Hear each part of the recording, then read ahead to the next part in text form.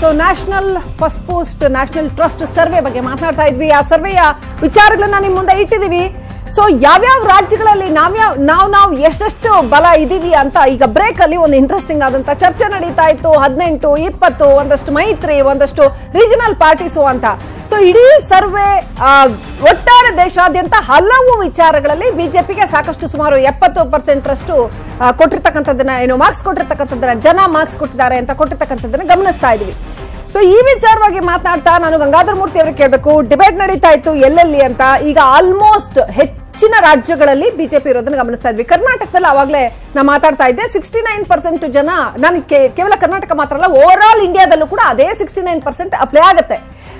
ಅದು ಅರುಣಾಚಲ್ ಪ್ರದೇಶ್, ಅಸ್ಸಾಂ, ಬಿಹಾರ್, ಛತ್ತೀಸ್ಗಢ, ಗೋವಾ ನೀವು ಹೇಳಿದಾಗ ಸಮ್ಮಿಶ್ರ ಆದ್ರೂ ಕೂಡ ಗುಜರಾತ್, ಹರಿಯಾಣ, ಹಿಮಾಚಲ್ ಪ್ರದೇಶ್, ಜಮ್ಮು, ಜಾರ್ಖಂಡ್, ಮಧ್ಯಪ್ರದೇಶ, ಮಹಾರಾಷ್ಟ್ರ, ಮಣಿಪುರ್, ನಾಗಾಲ್ಯಾಂಡ್, ಒಡಿಶಾ ಅಲ್ಲೂ ಕೂಡ ಮೈತ್ರಿ, ಬಟ್ ರಾಜಸ್ಥಾನ್.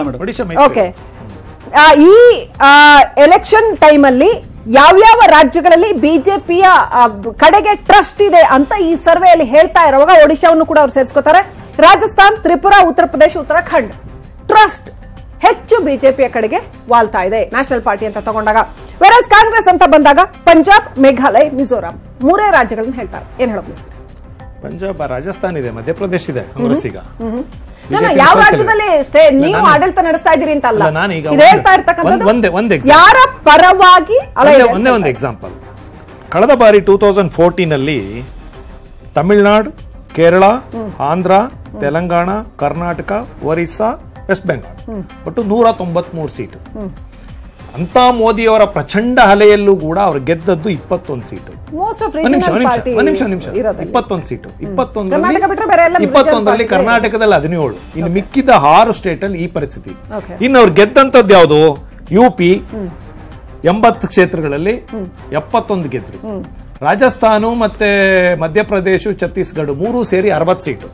ರಾಜಸ್ಥಾನ್, ಮಧ್ಯಪ್ರದೇಶಲ್ಲಿ 25 ಗೆದ್ದಿದ್ರು. 25 ಗೆದ್ದಿದ್ರು. ಛತ್ತೀಸ್ಗಢಲ್ಲೂ ಕೂಡ. ಈಗ ಪರಿಸ್ಥಿತಿ ಏನಿದೆ? ಅವರೇ ಅಮಿತ್ ಶಾ ಅವರ ಒಂದು ಇಂಟ್ರೂ ನಾನು ನೋಡಿದೆ. ಅಮಿತ್ ಶಾ ಅವರು UP ಬಗ್ಗೆ ಒಂದು ಇಂಟ್ರೂ ಕೇಳಿದಾಗ ಅಮಿತ್ ಶಾ ಅವರೇ ಹೇಳಿದ್ರು, ನಾವು ಈ ಸಲ UP ನಲ್ಲಿ 50% ಗೆಲ್ಲಕ್ ಸಾಧ್ಯ ಆಗ್ತದೆ, ಅದಕ್ಕಿಂತ ಕಡಿಮೆ ಜಾಸ್ತಿ ಆಗ್ಲಿಕ್ಕೆ. ವೆಸ್ಟ್ ಬೆಂಗಾಲ್ ವೆಸ್ಟ್ ಬೆಂಗಾಲ್ ನಾವು 20 ಗೆಲ್ತೀವಿ ಅಂತ ಹೇಳಿದ್ರು. ಅವರೇ ಒಪ್ಕೊಂಡಿದ್ದಾರೆ. ಕ್ಲಿಪ್ಪಿಂಗ್ ಕೊಡ್ತೀನಿ, ನಾನು ನೋಡಿದ್ದೀನಿ ಅದನ್ನ. ಮತ್ತೆ UP ನಲ್ಲಿ ಇವತ್ತು ಪರಿಸ್ಥಿತಿ ಏನಿದೆ? ಮಹಾಗಠಬಂಧನ್ 71ಕ್ಕೆ ಅವರೇ ಹೇಳ್ಕಂತಾರೆ ಕಡಿಮೆ. ಮತ್ತೆ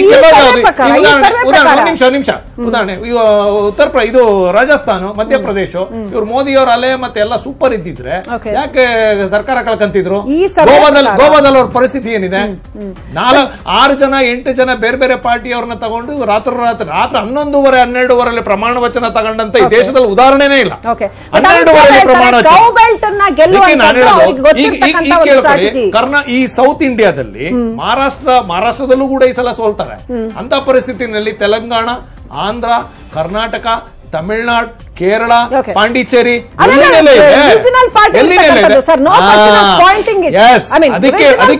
ಅದಕ್ಕೆ ಹೇಳ್ತಾ ಇರೋದು. ನೀವು ಕರ್ನಾಟಕದಲ್ಲಷ್ಟೇ ಅಲ್ಲ, ಇಡೀ ದೇಶದಲ್ಲಿ ನೀವು ಕಾಂಗ್ರೆಸ್ ವಿರುದ್ಧ ಅಷ್ಟೇ ಮಾತಾಡ್ತಾ ಇದ್ದೀರಲ್ಲ, ನಿಮ್ಗೆಲ್ಲಾ ರೀಜನಲ್ ಪಾರ್ಟಿಗಳು ಮಹಾಗಠಬಂಧನ್ ಒಳಗಡೆ ನಿಮ್ಮನ್ನ ತೆಗಿಲೇಬೇಕು ಅಂತ ಡಿಸೈಡ್ ಮಾಡಿದ್ದಾರೆ.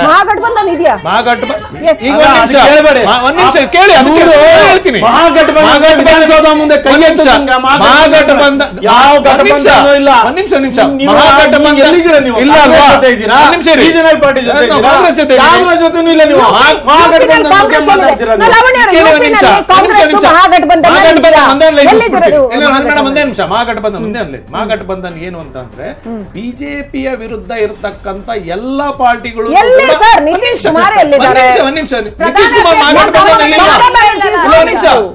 ನಿತೀಶ್ ಕುಮಾರ್ ಯಾವತ್ತೂ ನಮ್ ಜೊತೆ ಇಲ್ಲ, ಅವ್ರ ಜೊತೆ ಇರೋದು.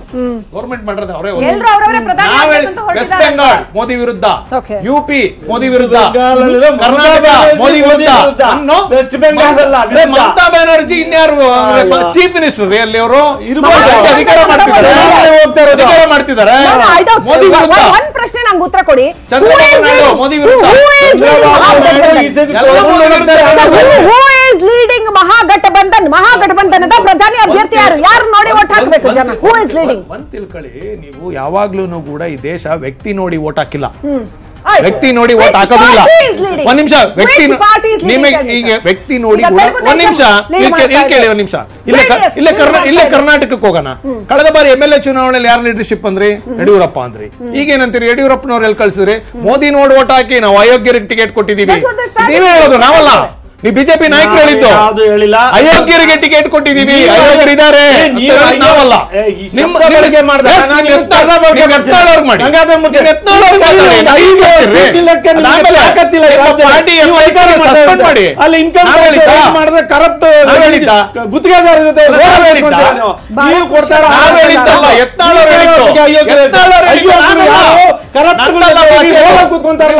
ಪ್ರಕಾಶ್, ನಂದಲ್ಲ ಭಾಷೆ, ನಿಮ್ಮ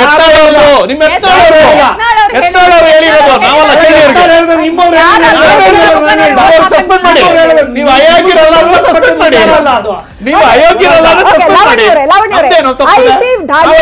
ಸಂಬಂಧಪಟ್ಟಂತೆ ಭ್ರಷ್ಟಾಚಾರ ನಿಗ್ರಹ ವಿಚಾರದಲ್ಲಿ corruption is one of the big issues ನೀವು which you have raised against Modi.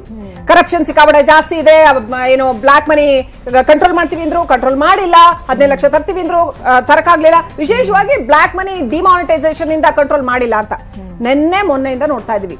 ಈ ಎಲೆಕ್ಷನ್ ಟೈಮ್ ಅಲ್ಲೇನೆ ಎಷ್ಟು ದೊಡ್ಡ ಪ್ರಮಾಣದಲ್ಲಿ IT ದಾಳಿಗಳಾಗ್ತಾ ಇದೆ, ಎಷ್ಟು ಬ್ಲಾಕ್ ಮನಿ, ಸುಮಾರು 1600 ಕೋಟಿ, ಹತ್ತತ್ರ 2000 ಕೋಟಿ ಅಷ್ಟರ ಮಟ್ಟಿಗಿನ ಬ್ಲಾಕ್ ಮನಿ ಅನ್ನ IT ದಾಳಿಯ ಸಂದರ್ಭದಲ್ಲಿ ಹಿಡಿಯಲಾಗಿದೆ ಅಂತ. ಸೊ ಯಾರ ಮೇಲೆ ದಾಳಿ ನಡೀತು ಅಂತ ಹೇಳೋದು, ಬ್ಲಾಕ್ ಮನಿ ಕಂಟ್ರೋಲ್ ಮಾಡೋ ವಿಚಾರದಲ್ಲಿ ಈ ಸರ್ವೆಯಲ್ಲಿ ಜನ ಮೋದಿ ಅವರಿಗೆ ಹೈಯೆಸ್ಟ್ ಮಾರ್ಕ್ಸ್ ಕೊಟ್ಟಿದ್ದಾರೆ ಅಂತ. ಒಂದೇ ಒಂದು ಮಾತು ಸರ್, ಶಿವಮೊಗ್ಗದಲ್ಲಿ ಇವತ್ತು 6 ಕೋಟಿ ಸಿಕ್ತು ಅಂತ ತೋರಿಸ್ತೀವಿ. ಕರೆಕ್ಟ್, ತೋರಿಸ್ತಾ ಇರೋದು 100% ಸತ್ಯ. ಅದಕ್ಕೆ ಯಾವ್ದನ್ನ ದುಡ್ಡು ಆಗಿದ್ರೆ ಆಕ್ಷನ್ ತಗೊಳ್ಳಿ. ಕಳೆದ 15 ಒಂದು ವಾರದ ಮುಂಚೆ 2 ಕೋಟಿ ಸಿಕ್ತಲ್ಲ, ಇದೇ IT ಅವ್ರು ರೈಡ್ ಮಾಡಿದ್ದು. ಯಾಕೆ ಇನ್ನೂ ಆಚರಣೆ ಬಂದಿಲ್ಲ? ಯಾವ ಮಾಧ್ಯಮದಲ್ಲಿ ಒಂದು ಲೈನ್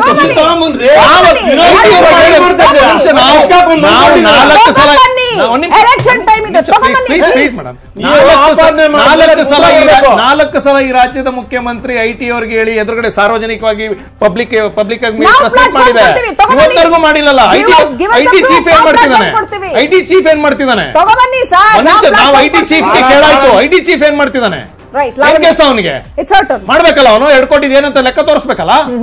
10 ಕೋಟಿ ರೂಪಾಯಿ ಲಂಚ ಕೊಡ್ತೀನಿ ಅಂತ ಹೇಳಿ ಯಡಿಯೂರಪ್ಪ ಮಾತಾಡಿದ್ರಲ್ಲ,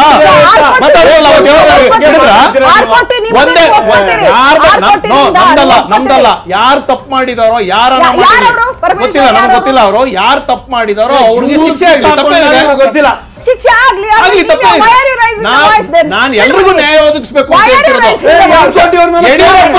ಯಡಿಯೂರಪ್ಪ ಅವರು 150 ಕೋಟಿ ಇಟ್ಕೊಂಡು ಆಪರೇಷನ್ ಕಮಲ ಮಾಡಕ್ ಹೋಗಿ ಆಡಿಯೋಲ್ ಸಿಕ್ಕಾಕೊಂಡವ್ರನ್ನ ಇವತ್ತಿನವರೆಗೂ ಮುಟ್ಟಿಲ್ಲ.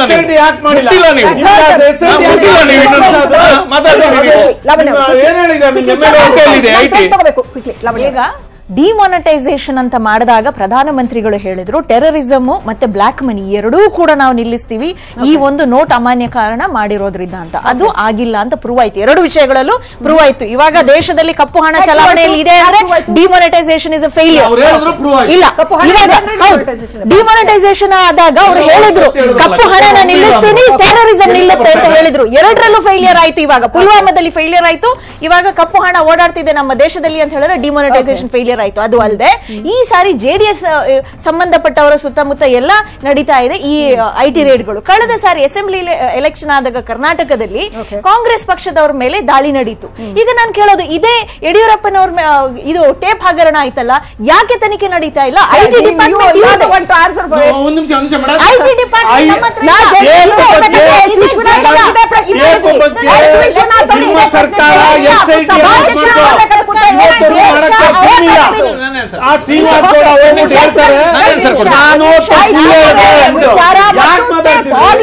ವಿಚಾರ ಯಾವುದೇ ಪ್ರಶ್ನೆಯನ್ನು ಕೂಡ ನ್ಯೂಸ್ 18 ಕನ್ನಡ ಹಾಗೆ ಹುಸಿ ಹೋಗೋದಕ್ಕೆ ಬಿಡೋದಿಲ್ಲ. ಈ ಎರಡು ಪ್ರಶ್ನೆಗಳನ್ನ ಲೋಕಸಭಾ ಮಹಾಸಮರದ ಸಂದರ್ಭದಲ್ಲಿ ದೇಶದ ಟ್ರಸ್ಟ್, ವಿಶ್ವಾಸ, ಬಹಳ ಅದ್ಭುತವಾದ ಶಬ್ದ ರೀ ವಿಶ್ವಾಸ ಅಂತ ಹೇಳುವಂಥದ್ದು, ಹೃದಯದಿಂದ ಬರುವಂಥದ್ದು ಯಾರ ಕಡೆಗಿದೆ ಬಹಳ ಬಹಳ ಮುಖ್ಯ ಆಗುತ್ತೆ. ಕೇವಲ ವೋಟ್ ಮಾಡ್ಬಿಡೋದು ಅನ್ನೋದಷ್ಟೇ ಅಲ್ಲ. ಎಲೆಕ್ಷನ್ ಇಸ್ ಆಲ್ ಅಬೌಟ್ ವಿಶ್ವಾಸ, ಟ್ರಸ್ಟ್. ಪ್ರಜಾಪ್ರಭುತ್ವದಲ್ಲಿ ಪ್ರಜೆಗಳೇ ದೇವರು ಅಂತೀವಿ. ಹಾಗೆ ಪ್ರಜೆಗಳ ವಿಶ್ವಾಸ ಮತವಾಗಿ ಕನ್ವರ್ಟ್ ಆಗಿ ದೇಶವನ್ನ ಮುನ್ನಡೆಸೋದಕ್ಕೆ ಅದು ದಾರಿ ಮಾಡಿಕೊಡುತ್ತೆ ಅಂತ. ಆ ಸಮೀಕ್ಷೆಯನ್ನು ನಿಮ್ಮ ಮುಂದೆ ಇಡ್ತಾ ಇದ್ವಿ. ಚರ್ಚೆ ನಡೀತಾ ಇತ್ತು, ಹಾಟ್ ಡಿಬೇಟ್ ನಡೀತಾ ಇತ್ತು, ಕರ್ನಾಟಕದ ವಿಚಾರವಾಗಿ ನಡೀತಾ ಇತ್ತು. ವಿಶೇಷವಾಗಿ ಮೋದಿ ವರ್ಸಸ್ ರಾಹುಲ್ ಅಂತ ಕೂಡ ನಾವು ಮಾತಾಡ್ತಾ ಇದ್ವಿ. ಲೀಡರ್ಶಿಪ್ ಇಶ್ಯೂ ಬರ್ತಾ ಇತ್ತು. ನಾವು ಅದನ್ನೇ ಫಸ್ಟ್ ತಗೋಣ. ಈ 5 ನಿಮಿಷಗಳ ಕಾಲ ಲೀಡರ್ಶಿಪ್ ಇಶ್ಯೂ ಡಿಸ್ಕಸ್ ಮಾಡೋಣ. ಅನಂತರ ಮತ್ತಷ್ಟು ಕರ್ನಾಟಕದ ಉಳಿದ ವಿಚಾರಗಳಿಗೆ ಬರೋಣ. ಗಂಗಾಧರ್ ಮೂರ್ತಿ ಅವರೇ, ಮೋದಿ ವರ್ಸಸ್ ರಾಹುಲ್ ಲೀಡರ್ಶಿಪ್ ಹೆಚ್ಚಿನ ಇಶ್ಯೂನೇ ಇಲ್ಲ ಇಲ್ಲಿ. ರಾಹುಲ್ ಗಾಂಧಿ ಅವ್ರನ್ನ ಯಾರು ಪ್ರಧಾನಿ ಅಭ್ಯರ್ಥಿ ಅಂತ ಘೋಷಣೆ ಮಾಡಿಲ್ಲ. ಸೊ ಮೋದಿ ಅವರಿಗೆ ಪ್ರಬಲ ಪ್ರತಿಸ್ಪರ್ಧಿನೇ ಇಲ್ಲ. ಅದು ಸುಳ್ಳು. ಈ ದೇಶದಲ್ಲಿ 60-70 ವರ್ಷ ಆಡಳಿತ ನಡೆಸಿರ್ತಕ್ಕಂಥ ಮೋದಿ ಅವ್ರಿಗಿನ್ನ ಮುಂಚೆನೂ ಯಾರು ಇರ್ಲಿಲ್ಲ ಬಿಜೆಪಿನಲ್ಲಿ. ಮೋದಿ ಅವ್ರು ಬಂದ ಮೇಲೆ ಮೋದಿ ಪ್ರಧಾನಿ ಅಂತ ಬಿಂಬಿಸ್ಕೊಂಡಿದ್ದು. 10 ವರ್ಷ ಅವರಿಗೆ 10 ವರ್ಷ ಅವರಿಗೆ ಪ್ರಧಾನಮಂತ್ರಿ ಅಭ್ಯರ್ಥಿ ಅಂತ ಘೋಷಣೆ ಮಾಡ್ಕೊಳಕ್ಕಾಗಿರ್ಲಿಲ್ಲ. ಮೋದಿ ಅವ್ರು ಬಂದ ಮೇಲೆ ಮೋದಿ ಅಂತ ಘೋಷಣೆ ಮಾಡ್ಕೊಂಡು ಹಾಗಾಗಿ ಯಾರು ಅನೌನ್ಸ್ ಮಾಡಿರಲಿಲ್ಲ. ಅವರು ಮೋದಿ ಅವ್ರು ಬಂದ ಮೇಲೆ ಪ್ರಧಾನಮಂತ್ರಿ ಅಂತ ಅನೌನ್ಸ್ ಮಾಡ್ಕೊಂಡಿದ್ರು. ಎನ್ಡಿಎ ಬಂದಾಗ ನೋಡೋಣ ಅದಕ್ಕೆ ಏನ್ ಹೇಳಿದ್ರೆ ಈ ಬಹಳಷ್ಟು ಜನ ಮಾಜಿ ಪ್ರಧಾನಿಗಳು ದೇವೇಗೌಡರು ಇದ್ದಾರೆ, ಮಮತಾ ಬ್ಯಾನರ್ಜಿ ಇದ್ದಾರೆ, ರಾಹುಲ್ ಗಾಂಧಿ ಇದ್ದಾರೆ.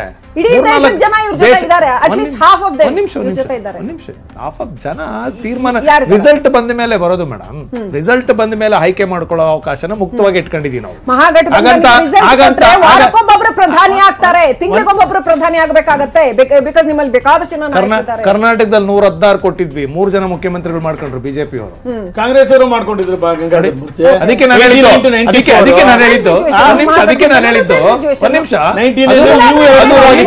13 ಪಾರ್ಟಿ ಇಟ್ಕೊಂಡು ವಾಜಪೇಯಿ ಅವರು 5 ವರ್ಷ ಆಡಳಿತ ನಡೆಸಿದ್ರು. 13 ಪಾರ್ಟಿ ಇತ್ತವತ್ತು. ಈಗೂ ಕೂಡ ಎನ್ಡಿಎ ಇರೋದು.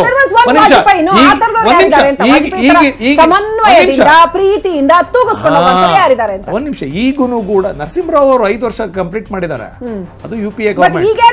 ಅದಕ್ಕೆ ಹೇಳೋದು, ಈ ದೇಶ ಪ್ರತಿದಿನ ಈ ದೇಶ ಪ್ರತಿದಿನ ಭಾರತಾಂಬೆ ದಿನ ಒಬ್ಬೊಬ್ಬ ನಾಯಕನ ಹುಟ್ಟಾಕತ್ತೆ. ದಿನ ಒಬ್ಬ ನಾಯಕ ಹುಟ್ಟತಾನೆ ಈ ದೇಶನ ಆಳಕ್ಕೆ. ಹಂಗಂತ 130 ಕೋಟಿ ಜನದಲ್ಲಿ ಮೋದಿ ಒಬ್ರೇ ಅಂತ ಅಲ್ಲ. ನೀವು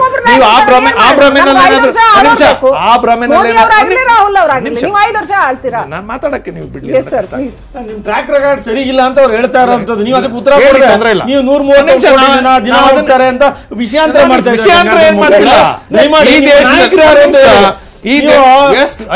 ಹೆಸರು ಹೇಳಿದೆ ನಾನು, 5 ಜನದ ಹೆಸರು ಹೇಳಿದೆ. ಅನುಭವ ಇರ್ತಕ್ಕಂಥ ದೇವೇಗೌಡರು ಇದ್ದಾರೆ.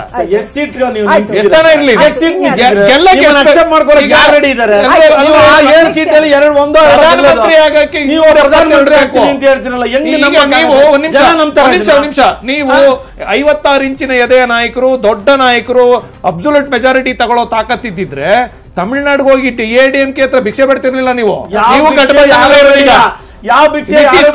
ನಿತೀಶ್ ಕುಮಾರ್ ಹೋಗಿ ಪರಿಸ್ಥಿತಿ ಹೇಗಿದೆ ನಿಮ್ದು? ಅಲ್ಲೋ ನಿತೀಶ್ ಕುಮಾರ್ ನಾವು ಮೈತ್ರಿಕೂಟ ರಕ್ಷಣೆ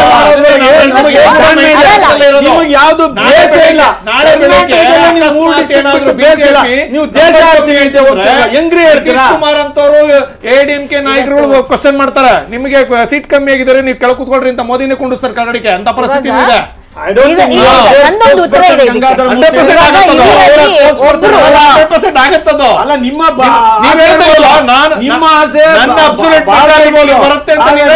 ಪ್ರಧಾನಮಂತ್ರಿ 5 ವರ್ಷ ಒಳ್ಳೆ ಕೆಲಸ ಮಾಡಿದ್ರೆ 5 ವರ್ಷ ಒಳ್ಳೆ ಕೆಲಸ ಮಾಡಿದ್ರೆ ಪ್ರಧಾನಮಂತ್ರಿ ಹೇಳ್ಬೇಕು, ನನ್ನ ನೇತೃತ್ವದಲ್ಲೇ ಬಿಜೆಪಿ 280 ಬರುತ್ತೆ ಅಂತ ಹೇಳ್ಬೇಕು. ಹೇಳ್ತಿಲ್ಲ. ಯಾರು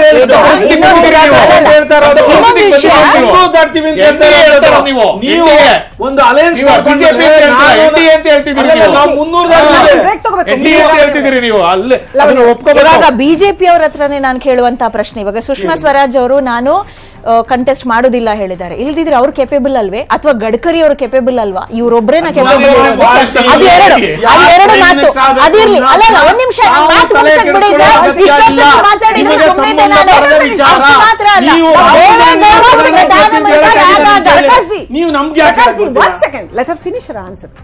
ದೇವೇಗೌಡರು ಪ್ರಧಾನಮಂತ್ರಿ ಆಗಿರುವಾಗ ತುಂಬಾ ಚೆನ್ನಾಗಿ ಆಳ್ವಿಕೆಯನ್ನ ಮಾಡದಂತ ಪ್ರಧಾನಮಂತ್ರಿ ಅವರು. He is perfectly capable of being the next prime minister of the nation.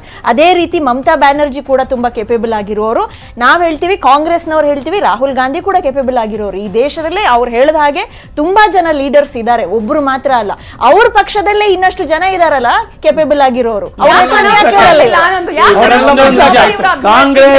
Congress ಕಾಂಗ್ರೆಸ್ಸಿನ ಇಲ್ಲಿನ ವಕ್ತಾರರು ಹೇಳ್ತಾ ಇದ್ದಾರೆ ದೇವೇಗೌಡರು ಪ್ರಧಾನಮಂತ್ರಿ ಆಗ್ಬೇಕು ಅಂತ.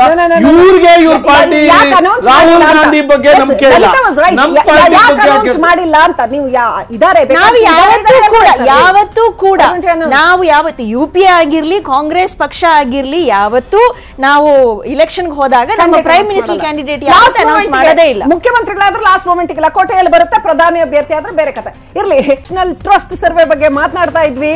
ಜನರ ವಿಶ್ವಾಸ ಯಾರ ಬಗ್ಗೆ ಇದೆ, ಸಾಕಷ್ಟು ಅಂಶಗಳಿದ್ವು ಸರ್ವೆಯಲ್ಲಿ, ಆ ಎಲ್ಲ ಅಂಶಗಳನ್ನ ನೋಡಿದ್ವಿ. ಕೊನೆಯದಾಗಿ ಪ್ರಿಯಾಂಕಾ ಅವರ ಅಂಶ, ಅದ್ರ ಜೊತೆಗೆ ಕೊನೆಯದಾಗಿ ಇಡೀ ಸರ್ವೆ ಅತ್ಯಂತ ಹೆಚ್ಚಾಗಿ ಮೋದಿ ಅವರಿಗೆ ಮತ್ತು ಬಿಜೆಪಿಗೆ ಹೆಚ್ಚಿನ ರಾಜ್ಯಗಳಲ್ಲಿ ಒಲವನ್ನ ತೋರಿಸಿದೆ. ಆದ್ರೆ ಕರ್ನಾಟಕದಲ್ಲಿ ಮೈತ್ರಿಗೆ ಒಲವನ್ನ ತೋರಿಸಿದೆ ಅನ್ನೋದನ್ನ ನಾವು ಮರೆಯೋ ಆಗಿಲ್ಲ. ಕೊನೆಯದಾಗಿ ಪ್ರಕಾಶ್ ಅವರೇ ಏನ್ ಹೇಳೋದಕ್ಕೆ ಬಯಸ್ತೀವಿ?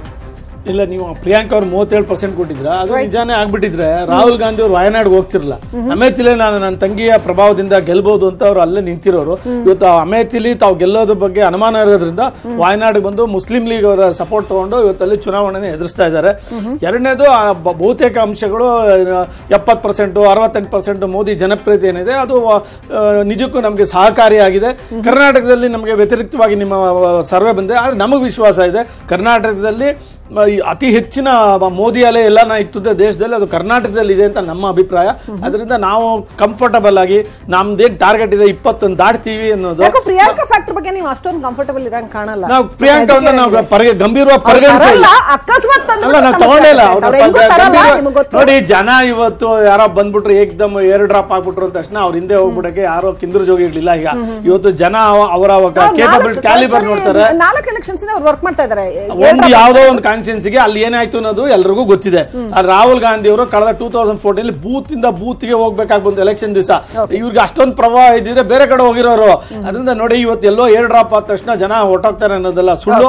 ಕೇವಲ ನೀವು ಅವರ ವರ್ಚಸ್ ಏನಿದೆ, ಅವರ ಕೆಲಸದಲ್ಲಿ ಏನಿದ್ದಾರೆ, ಅವರು ಅವ್ರ ಪರ್ಫಾರ್ಮೆನ್ಸ್ ಏನಿದೆ, ಇವೆಲ್ಲವನ್ನು ನೋಡ್ತಾರೆ. ಅದೆಲ್ಲದರಲ್ಲೂ ಅವರ ಅಂಶ 0 ಇರೋದ್ರಿಂದ ನಮ್ಗೇನು ಪ್ರಿಯಾಂಕಾ ವಾಡ್ರಾ ಅವರು ಕಾಂಪಿಟೇಟರ್ ಅಲ್ಲ. ಇಲ್ಲ, ಒಂದು ದೇಶದ ಪ್ರಧಾನಿಗೆ ತನ್ನ ಕೊನೆಗಾಲಗಳು ಪ್ರಾರಂಭ ಆಗಿದಾವೆ ಅನ್ನೋ ಭಯ ಶುರುವಾಗಿದೆ. ಒಂದು.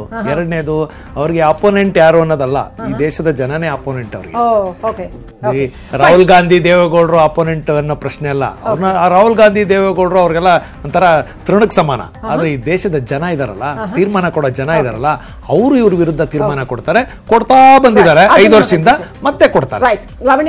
ಪ್ರಿಯಾಂಕಾ ಗಾಂಧಿ ವಾದ್ರಾ ಅವರು ಅಷ್ಟೊಂದು ದೊಡ್ಡ ಥ್ರೆಟ್ ಅಂತ ಅನ್ಸಿಲ್ಲ. ಅಂದ್ರೆ ಅವ್ರ ಬಗ್ಗೆ ಅಷ್ಟು ಮಾತಾಡುವಂತ ಅವಶ್ಯಕತೆ ಇರ್ಲಿಲ್ಲ. ನಾವು ಅವರನ್ನ ಒಂದ್ ನಿಮಿಷ ಸರ್, ನಾವು ಅವರನ್ನ ಈಸ್ಟ್ ಯುಪಿಗೆ ಅಲ್ಲೇ ಕನ್ಫೈನ್ ಆಗಿ ಇಟ್ಟಿದೀವಿ ಅಷ್ಟೇ. ಇನ್ನೊಂದು ಮಾತು ಏನು ಅಂತ ಹೇಳಿದ್ರೆ, ರಾಹುಲ್ ಗಾಂಧಿ ಅವರು ಅಮೇಥಿಯಲ್ಲಿ ಸೋಲೋ ಭಯದಿಂದ ಇಲ್ಲಿ ಬಂದು ಕಂಟೆಸ್ಟ್ ಮಾಡ್ತಾರೆ ಅಂತ ಹೇಳ್ತಾರೆ. ಹಾಗಾದ್ರೆ ಗುಜರಾತ್ ಅಲ್ಲಿ ಸೋಲ್ತೀನಿ ಅನ್ನೋ ಭಯದಿಂದ ವಾರಣಾಸಿಯಲ್ಲಿ ಬಂದು ನಿಂತ್ಕೊಂಡಿದ್ದಾರಾ? ಯಾಕೆ ನಿಲ್ತಾರೆ 2 ಕಡೆಗಳಲ್ಲಿ? ಒಂದೇ ಕಡೆಯಲ್ಲಿ ನಿಲ್ಬೇಕಿತ್ತು. ಅದು ಪರವಾಗಿಲ್ಲ, ಭಯದಿಂದಲೇ ಬಂದಿದ್ದಾರೆ ಅಂತ ನಾನು ಹೇಳೋದು. ನಾವು ಸೋಲೋ ಭಯದಿಂದ ಇವ್ರಿಗೆ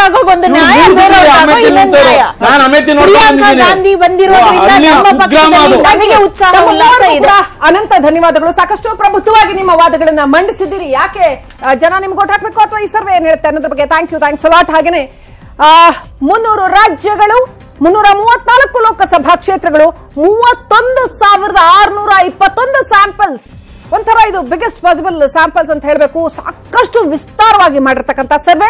ಈ ಕ್ಷಣದಲ್ಲಿ ಟ್ರಸ್ಟ್ ಯಾರ ಪರವಾಗಿದೆ, ಯಾವ್ಯಾವ ವಿಚಾರಗಳಲ್ಲಿ ಈ ಸರ್ವೆ ಸಾಕಷ್ಟು ಹ್ಯೂಜ್ ಆಗಿದೆ. ಇನ್ನಷ್ಟು ಪಾಯಿಂಟ್ ಬೈ ಪಾಯಿಂಟ್ ಎಲ್ಲ ವಿಚಾರಗಳನ್ನ ಈ ಸರ್ವೆ ಟಚ್ ಮಾಡಿದೆ. ಜನರ ನಾಡಿ ಮಿಡಿತ ಈ ಕ್ಷಣದಲ್ಲಿ ಹೇಗಿದೆ, ಇದು ಜಡ್ಜ್ಮೆಂಟ್ ಅಲ್ಲ, ಬದಲಾಗಿ ಸರ್ವೆ ಜನರ ಭಾವನೆ ಏನಿದೆ ಅನ್ನೋದನ್ನ ಜನರಿಗೆ ಮುಟ್ಟಿಸ್ತಕ್ಕಂಥ ಕೆಲಸವನ್ನ ನ್ಯೂಸ್ 18 ಕನ್ನಡ ಮಾಡಿದೆ. ಲೋಕಸಭಾ ಮಹಾಸಭರ ಸಾಕಷ್ಟು ಕುತೂಹಲವನ್ನ ಗರಿಗೆದರಿಸಿರ್ತಕ್ಕಂಥ ಈ ಸಂದರ್ಭದಲ್ಲಿ ಈ ಸರ್ವೆ ಬಹಳ ಬಹಳ ಮುಖ್ಯ ಆಗುತ್ತೆ. ಅನೇಕ ವಿಚಾರಗಳಲ್ಲಿ ದೇಶಾದ್ಯಂತ ಬಿಜೆಪಿಗೆ ಸುಮಾರು 70% ಒಲವನ್ನ ಜನ ತೋರಿಸ್ತಾ ಇದ್ದಾರೆ. ಅನೇಕ ಪ್ಯಾರಾಮೀಟರ್ಸ್ ನ ಇಟ್ಕೊಂಡು ಅಂತ ಈ ಸರ್ವೆ ಹೇಳ್ತಾ ಇದ್ರೆ, ಕರ್ನಾಟಕದ ಮಟ್ಟಿಗೆ ಮೈತ್ರಿ ಅಭ್ಯರ್ಥಿಗಳಿಗೆ ಹೆಚ್ಚಿನ ಒಲವಿದೆ ಅನ್ನೋದನ್ನ ಕೂಡ ಈ ಸರ್ವೆ ಹೇಳ್ತಾ ಇದೆ. ಆದ್ರೆ ಕರ್ನಾಟಕದಲ್ಲಿ ಮತದಾರ ವೋಟಿಂಗ್ ಪ್ಯಾಟರ್ನ್ ಯಾವ ರೀತಿ ಇದೆ, ಲೋಕಸಭಾ ಚುನಾವಣೆ ಬಂದಾಗ, ವಿಧಾನಸಭಾ ಚುನಾವಣೆ ಬಂದಾಗ ಅದು ಡಿಫರೆಂಟ್ ಆಗುತ್ತೆ ಅನ್ನೋದನ್ನ ನಾವು ಗಮನಿಸಬಹುದು. ಒಟ್ಟಾರೆ ಈ ಸರ್ವೆಯನ್ನ ನಿಮ್ಮ ಮುಂದಿಡ್ತಾ ಈ ವಿಶೇಷ ಕಾರ್ಯಕ್ರಮವನ್ನ ಮುಗಿಸ್ತಾ ಇದ್ದೀವಿ. ನೋಡ್ತಾ ಇರಿ ನ್ಯೂಸ್ 18 ಕನ್ನಡ. ಜಾಲ ನಮ್ಮದು, ಬಲ ನಿಮ್ಮದು.